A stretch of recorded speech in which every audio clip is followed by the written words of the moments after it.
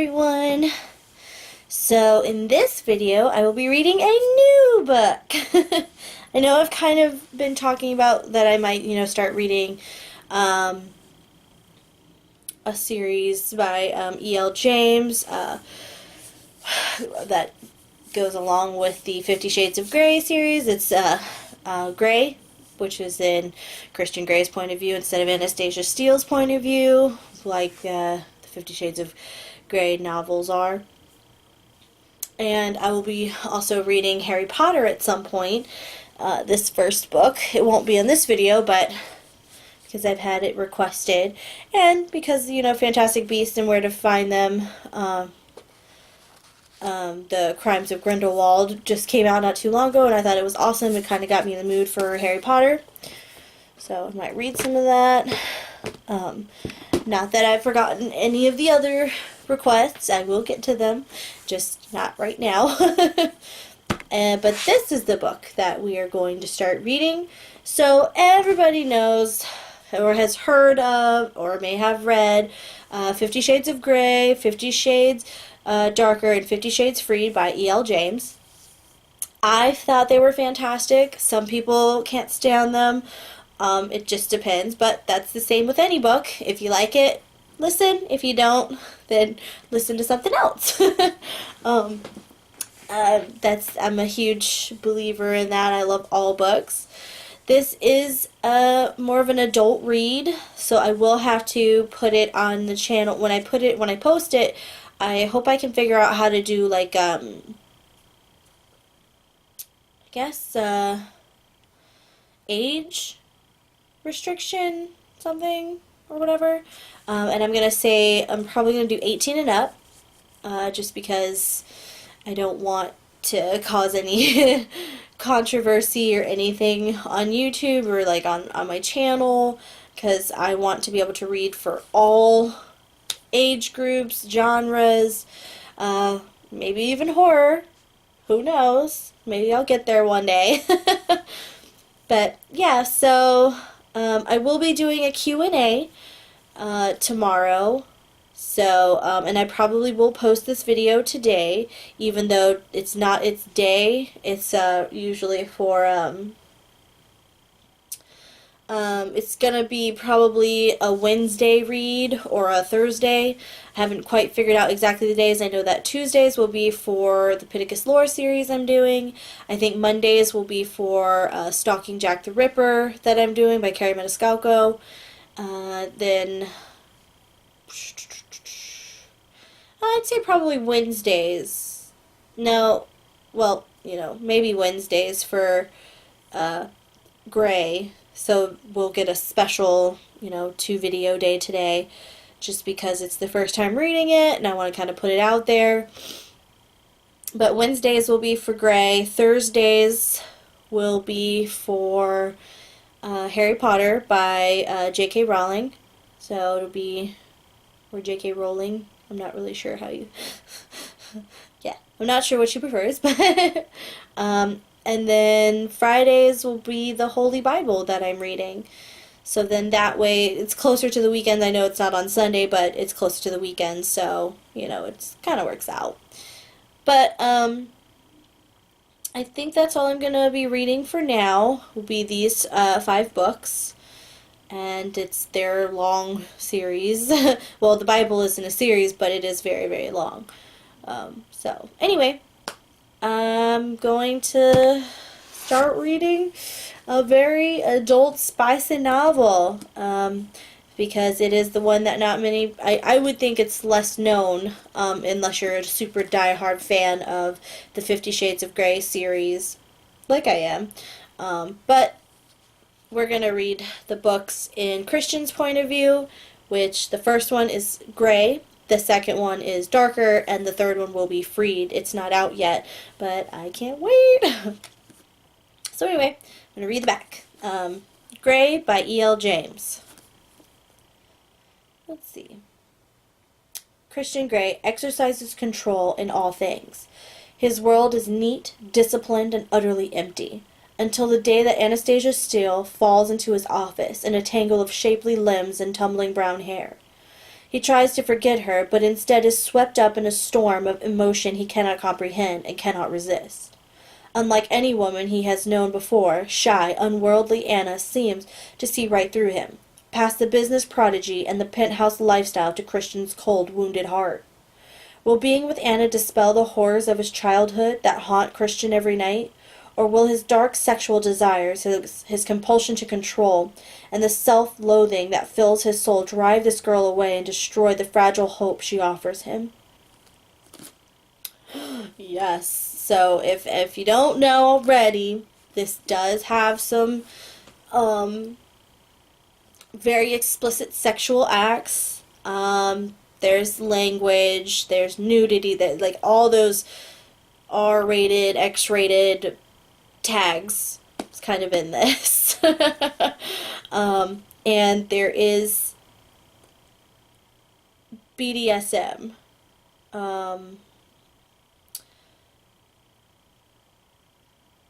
Now, so that's in here, but I feel like people are kind of like always freak out. And they're like, "Oh my God, this is gonna control." Well, he's messed up, and it's just an outlet.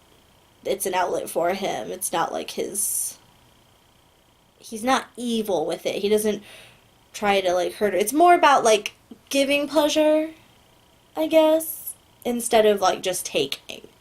So, yeah. But anyway, whatever. It'll all unfold as I read. And it's gonna be spicy. Now, I've never read one of these on this channel before. I have read some stuff to like friends before, like excerpts or lines, or if I found something like crazy, I'll be like, "Oh my God, check this out, like listen." So this should be interesting. Hopefully I do it justice. Hopefully you guys don't hate me. I'm kind of nervous, but it's just like you guys did so well when I started to read the Bible. Those of you who don't agree, that you guys still support me and this channel and my passion, and you're just like, hey, I mean, it's not my thing, but I'll listen to your other stuff. And I'm kind of hoping that that happens with this series. So yeah, I'm gonna go now. I think I'm stalling. So, Gray by E.L. James.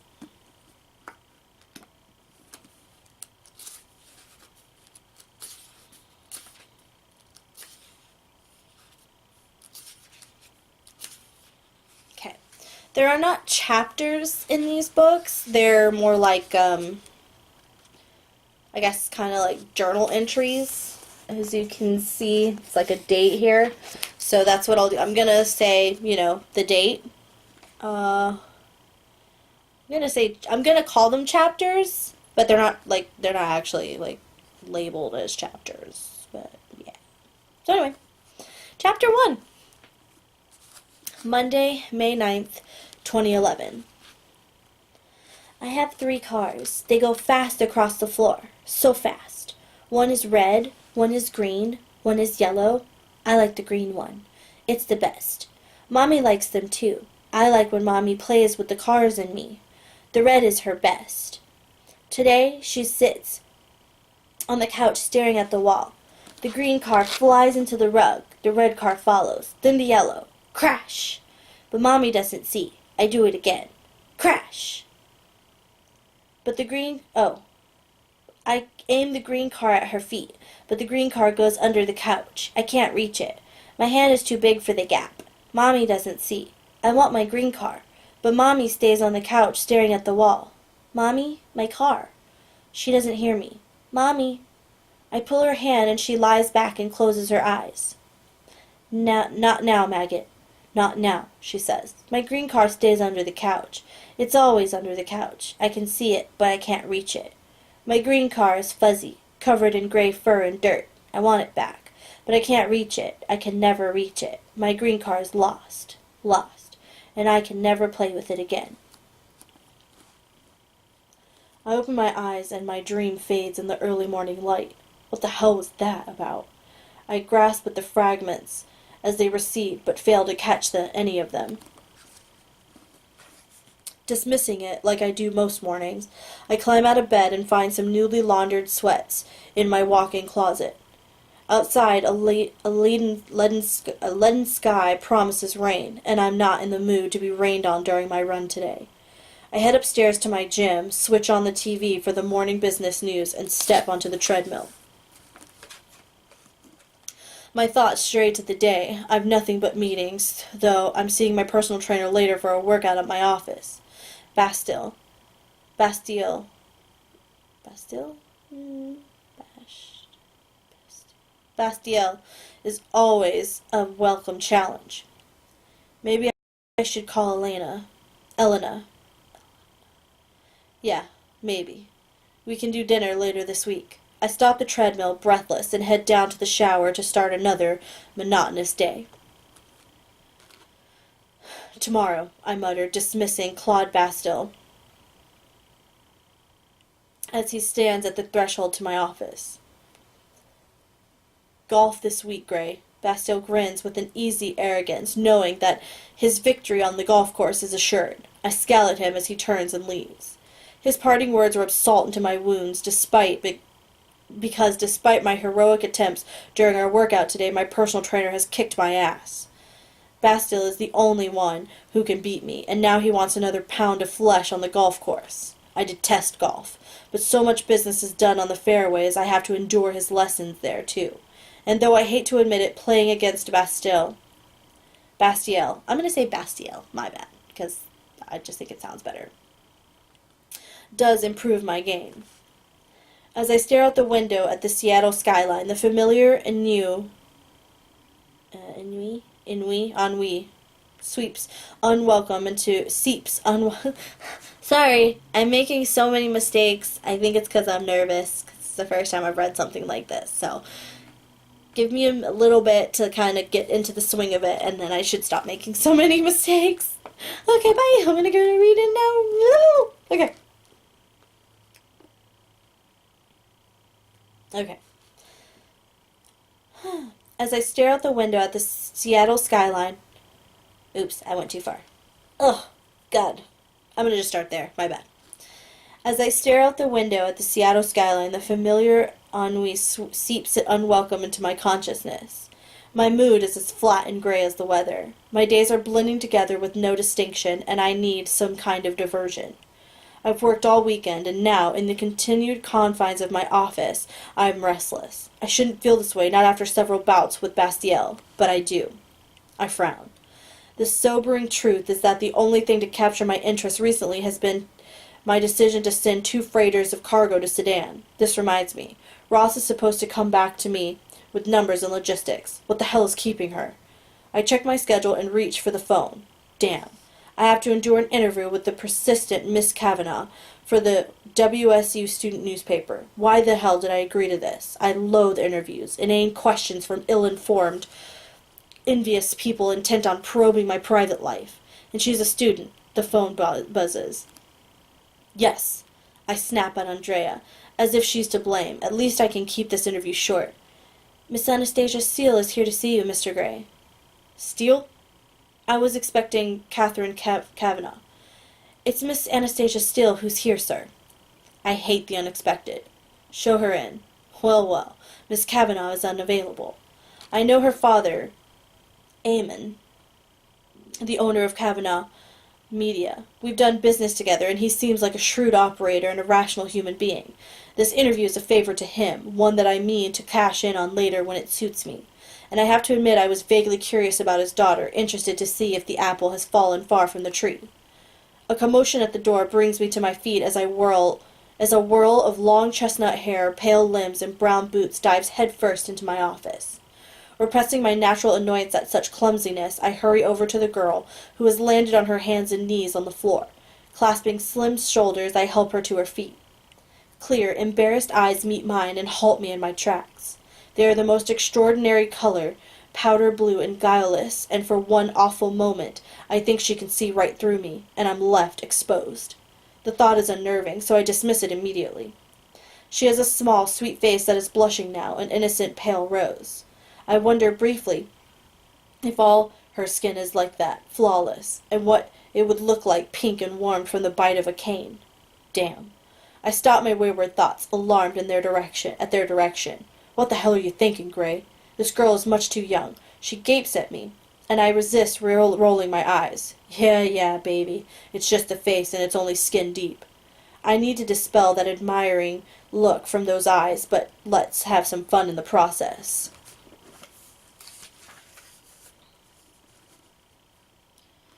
Miss Kavanagh, I'm Christian Gray. Are you all right? Would you like to sit?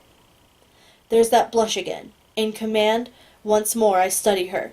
She's quite attractive, slight, pale, with a mane of dark hair barely contained by a hair tie. A brunette. Yeah, she's attractive. I extend my hand as she stutters, the beginning of a mortified apology, and places her hand in mine. Her skin is cool and soft, but her handshake surprisingly firm. Miss Kavanagh is indisposed, so she sent me. I hope you don't mind, Mr. Gray. Her voice is quiet, with a hesitant musicality, and she blinks erratically, long lashes fluttering. Unable to keep the amusement from my voice as I recall her less than elegant entrance into my office, I ask who she is. Anastasia Steele. I'm studying English literature with Catherine, Miss Kavanagh, at WSU Vancouver. A bashful, bookish type, eh? She looks it, poorly dressed, her slight frame hidden beneath a shapeless sweater, an A-line brown skirt, and utilitarian boots. Does she have any sense of style at all? She looks nervously around my office, everywhere but at me, I note, with amused irony. How can this young woman be a journalist? She doesn't have an assertive bone in her body. She's flustered, meek, submissive. Bemused at my inappropriate thoughts, I shake my head and wonder if first impressions are reliable. Muttering some platitude, I ask her to sit, then notice her discerning gaze appraising my office paintings. Before I can stop myself, I find I'm explaining them. A local artist. Troughton.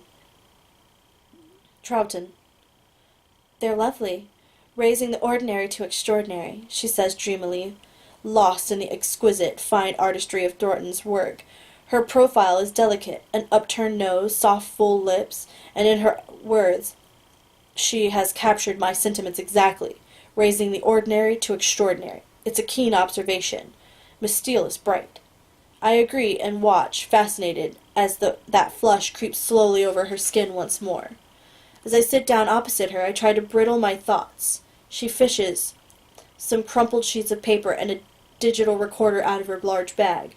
She's all thumbs, dropping the damn thing twice on my Bohus coffee table.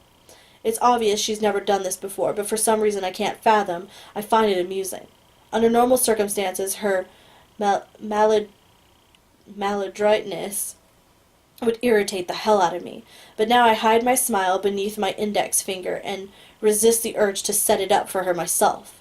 As she fumbles and grows more and more flustered, it occurs to me that I could refine her motor skills with the aid of a riding crop.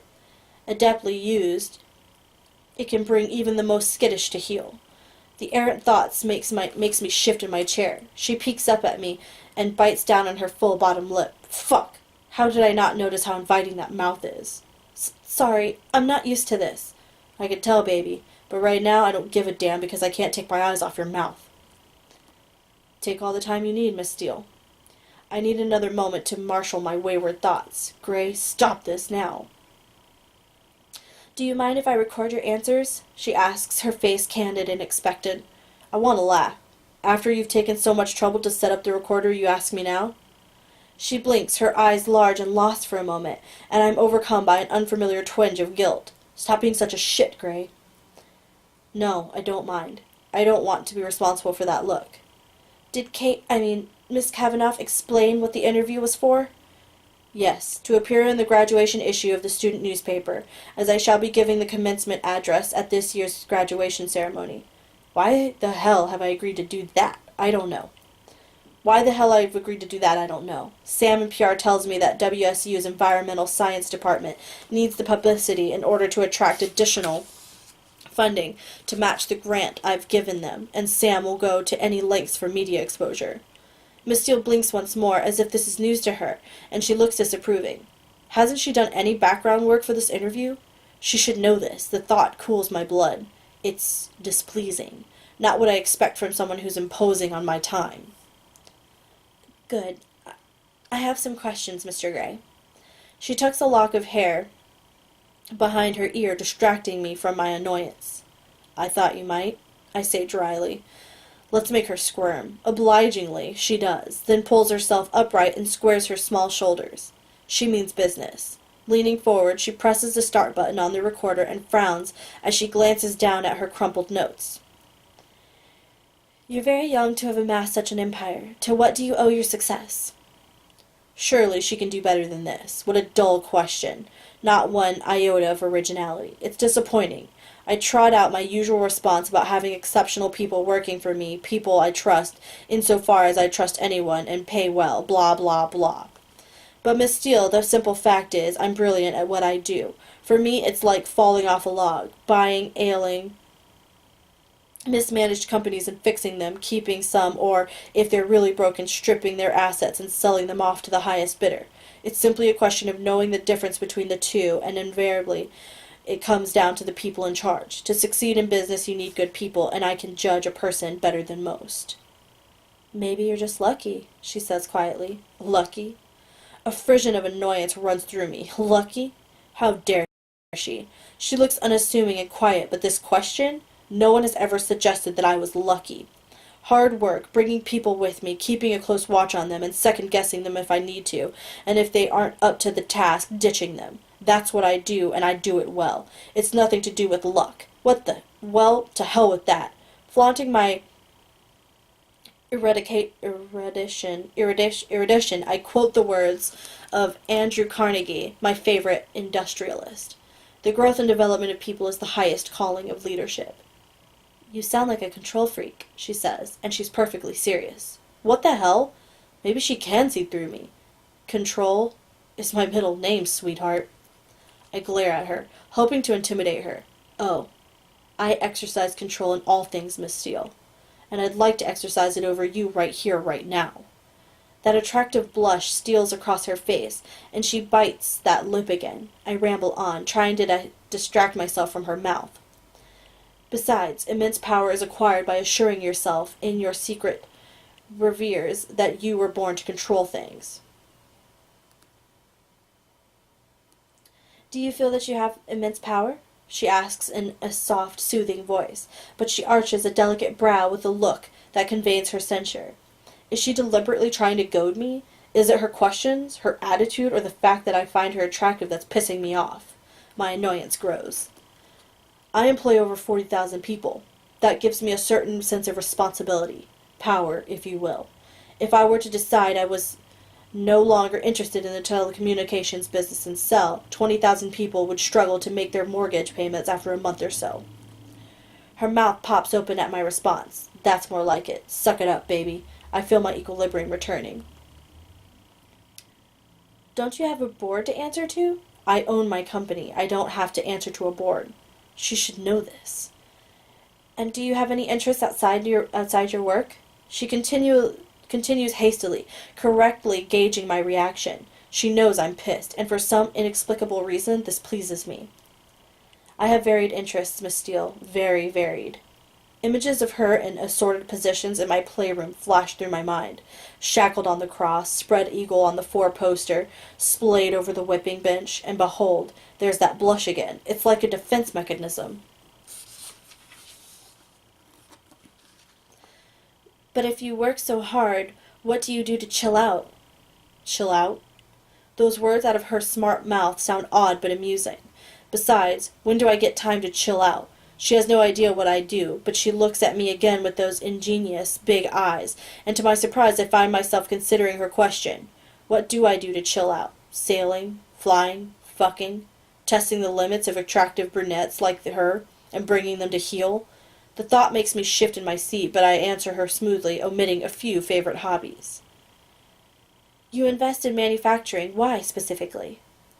I like to build things. I like to know how things work, what makes them tick, how to construct and deconstruct, and I have a love of ships. What can I say? They transport food around the planet. That sounds like your heart talking rather than logic and facts. Heart? Me? Oh no, baby. My heart was savaged beyond recognition a long time ago. Possibly, though there are people who'd say I don't have a heart. Why would they say that? Because they know me well. I give her a wiry smile. In fact, no one knows me that well, except maybe Elena. Elena, I wonder what she would make of little Miss Steele here. The girl is a mass of contradictions, shy, awkward, obviously bright, and arousing as hell. Yes, okay, I admit it. I find her alluring. She recites the next question by rote. Would your friends say you're easy to get to know?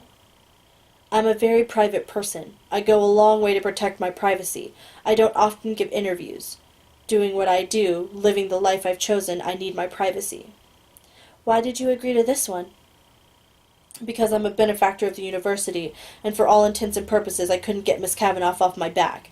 She badgered and badgered my PR people, and I admire that kind of tenacity. But I'm glad it's you who turned up and not her. You also invest in farming technologies. Why are you interested in this area? We can't eat money, Miss Steele, and there are too many people on this planet who don't have enough food. I stare at her, poker-faced. That sounds very philanthropic. Is that something you feel passionately about? Feeding the world's poor? She regards me with a puzzled look, as if I'm a conundrum. But there's no way I want her seeing into my dark soul. This is not an area open to discussion. Move it along, Gray. It's shrewd business, I mutter, feigning boredom, and I imagine fucking that mouth to distract myself from all thoughts of hunger. Yes, her mouth needs training, and I imagine her on her knees before me. Now, that thought is appealing. She recites her next question, dragging me away from my fantasy. Do you have a philosophy? If so, what is it? I don't have a philosophy as such, maybe a guiding principle, Carnegie's. A man who acquires the ability to take full possession of his own mind may take possession of anything else to which he is justly entitled. I'm very singular, driven. I like control of myself and those around me. So you want to possess things? Yes, baby, you for one. I frowned, startled by that thought. I want to deserve to possess them, but yes, bottom line, I do. You sound like the ultimate consumer. Her voice is tinged with disapproval, pissing me off again. I am. She sounds like a rich kid who's had all she ever wanted, but as I take a closer look at her clothes, she's dressed in clothes from some cheap store like Old Navy or H&M. I know that isn't it. She hasn't grown up in an affluent household. I could really take care of you. Where the hell did that thought come from? Although, now that I consider it, I do need a new sub. It's been, 2 months since Susanna? And here I am, salivating over this woman. I try an agreeable smile. Nothing wrong with consumption. After all, it drives what's left of the American economy. You were adopted. How much do you think that shaped the way you are? What does this have to do with the price of oil? What a ridiculous question. If I'd stayed with the crack whore, I'd probably be dead. I blow her off with a non-answer, trying to keep my voice level, but she pushes me, demanding to know how old I was when I was adopted. Shut her down, Gray. My tone goes cold. That's a matter of public record, Miss Steele. She should know this too. Now she looks contrite as she tucks an escaped strand of hair behind her ear. Good. You've had to sacrifice family life for your work. That's not a question, I snap. She startles, clearly embarrassed, but she has the grace to apologize, and she rephrases the question. Have you had to sacrifice family life for your work? What do I want with a family? I have a family. I have a brother, a sister, and 2 loving parents. I'm not interested in extending my family beyond that. Are you gay, Mr. Gray? What the hell? I cannot believe she's said that out loud. Ironically, the question even my own family will not ask. How dare she? I have a sudden urge to drag her out of her seat, bend her over my knees, spank her, and then fuck her over my desk with her hands tied behind her back. That would answer her ridiculous question. I take a deep, calming breath. To my vindictive delight, she appears to be mortified by her own question. No, Anastasia, I'm not. I raise my eyebrows, but keep my expression impassive. Anastasia. It's a lovely name. I like the way my tongue rolls around it. I apologize. It's, written here. She's at it again with the hair behind the ear. Obviously, it's a nervous habit. Are these not her questions? I ask her, and she pales. Damn, she really is attractive in an understated sort of way. No, Kate, Miss Kavanagh, she compiled the questions. Are you colleagues on the student paper? No, she's my roommate. No wonder she's all over the place. I scratch my chin, debating whether or not to give her a really hard time. Did you volunteer to do this interview? I ask, and I'm rewarded with her submissive look. She's nervous about my reaction. I like the effect I have on her. I was drafted. She's not well. Her voice is soft. That explains a great deal. There's a knock at the door, and Andrea appears. Mr. Gray, forgive me for interrupting, but your next meeting is in 2 minutes. We're not finished here, Andrea. Please cancel my next meeting. Andrea gapes at me, looking confused. I stare at her. Out, now! I'm busy with little Miss Steele here. Very well, Mr. Gray, she says, recovering quickly and turning on her heel. She leaves us. I turn my attention back to the intriguing, frustrating creature on my couch. Where were we, Miss Steele? Please, don't let me keep you from anything. Oh no, baby, it's my turn now. I want to know if there are any secrets to uncover behind that lovely face. I want to know about you. I think that's only fair. As I lean back, I press my fingers to my lips. Her eyes flick to my mouth, and she swallows. Oh yes, that's the usual effect. And it is gratifying to know she isn't completely oblivious to my charms.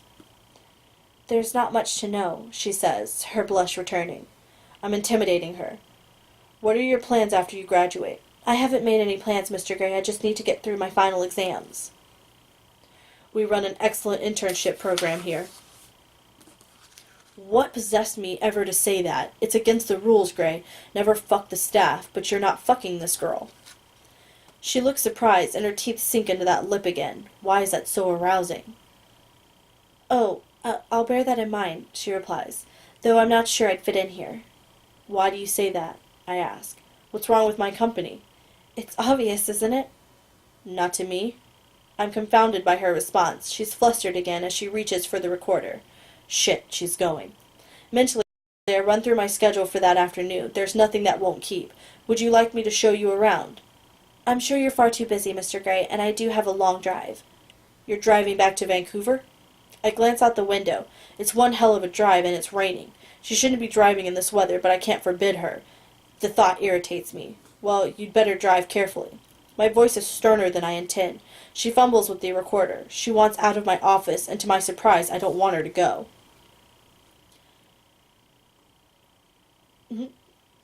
Did you get everything you need? I ask in a transparent effort to prolong her stay. Yes, sir, she says quietly. Her response floors me. The way those words sound coming out of that smart mouth, and briefly I imagine that mouth at my beck and call. Thank you for the interview, Mr. Gray. The pleasure's been all mine, I respond, truthfully, because I haven't been this fascinated by anyone for a while.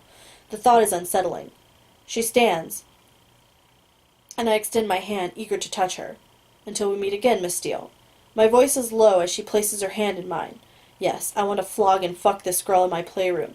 Have her bound and wanting, needing me, trusting me. I swallow. It ain't going to happen, Gray. Mr. Gray. She nods and withdraws her hand quickly. Too quickly. I can't let her go like this. It's obvious she's desperate to leave. It's irritating. But inspiration hits me as I open my office door. Just ensuring you make it through the door, I quip. Her lips form a hard line. That's very considerate, Mr. Gray. She snaps. Ooh, Miss Steele bites back. I grin behind her as she exits and follow her out. Both Andrea and Olivia look up in shock. Yeah, I'm just seeing the girl out. Did you have a coat? I ask. A jacket. I give Olivia a pointed look, and she immediately leaps up to retrieve a navy jacket, passing it to me with her usual simpering expression. Christ, Olivia's annoying, mooning over me all the time. The jacket is worn and cheap. Miss Anastasia Steele should be better dressed. I hold it up for her, and as I pull it over her slim shoulders, I touch the skin at the base of her neck. She stills at the contact and pales. Yes, she is affected by me. The knowledge is immensely pleasing. Not pleasuring. The knowledge is immensely pleasing. Strolling over to the elevator, I press the call button while she stands fidgeting beside me. Oh, I could stop your fidgeting, baby. The door is open and she scurries in, then turns to face me. She's more than attractive. I would go as far to say she's beautiful. Anastasia, I say, in goodbye. Christian, she answers, her voice soft. And the elevator doors close, leaving my name hanging in the air between us, sounding odd and unfamiliar, but sexy as hell. I need to know more about this girl. Andrea, I bark as I return to my office. Get me Welch on the line now. As I sit at my desk and wait for the call, I look at the paintings on the wall of my office, and Miss Steele's words drift back to me. Raising the ordinary to extraordinary. She could so easily have been describing herself. My phone buzzes. I have Mr. Welch on the line for you. Put him through. Yes, sir. Welch, I need a background check. Okay. So that was the end of chapter 1. So, yeah, a little bit of an explanation. So obviously he has a lot of thoughts. It says it's his point of view. But it's kind of hard, like when I'm reading, I realize like a lot of it are his thoughts, but I don't want to like stop and say, oh, he's thinking this by every time. So I'm kind of hoping that you'll just be able to kind of figure out what he's saying out loud and what he isn't saying out loud. Hint, most of that he was not saying out loud, which I'm sure you gathered. But yeah, so I know this is a shorter video, but I figured I'll keep this one short just since it is the first time reading it, and we will pick back up in the next video tomorrow, since Wednesdays will be the day for this book, this series right here. I hope you enjoyed. If you have subscribed already, thanks. If not, go ahead and hit that subscribe button and hit that notification bell to receive more videos of deliciousness that comes through in gray. Alright, so that's it for now. Reading by Ree. Until next time. Bye. Let me put the camera closer.